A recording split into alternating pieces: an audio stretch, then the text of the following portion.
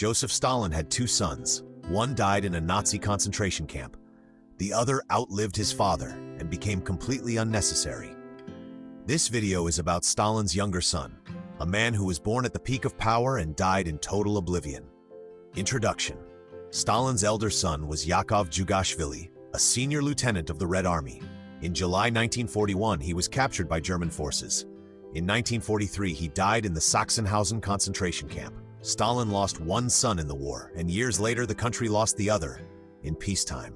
Main part Vasily Stalin grew up in a world where the word no did not exist. Personal guards, elite schools, people who never dared to refuse him. He chose aviation. During the war, he actually flew combat missions. He took real risks. He fought. He survived. But his career rose faster than his aircraft. At just 29 years old, Vasily became a lieutenant general of Soviet aviation, one of the youngest generals in the country's history. Behind his back, officers whispered, "These aren't shoulder boards, it's a last name." As long as his father was alive, Vasily felt untouchable. Alcohol, scandals, threats against generals and ministers, and every conflict ended the same way. Nothing happened. He was Stalin's son.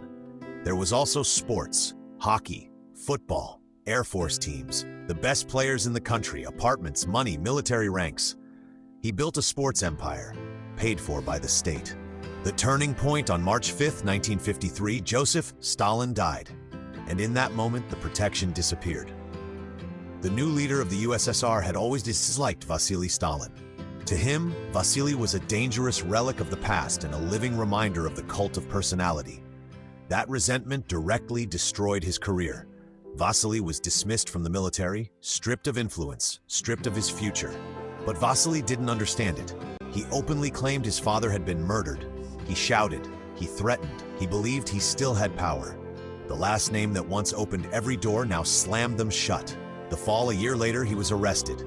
Abuse of power, embezzlement, anti-Soviet statements, no mercy, no son of the leader, 8 years in prison, no rank, no awards, no name. In official documents, he became simply Vasilyev.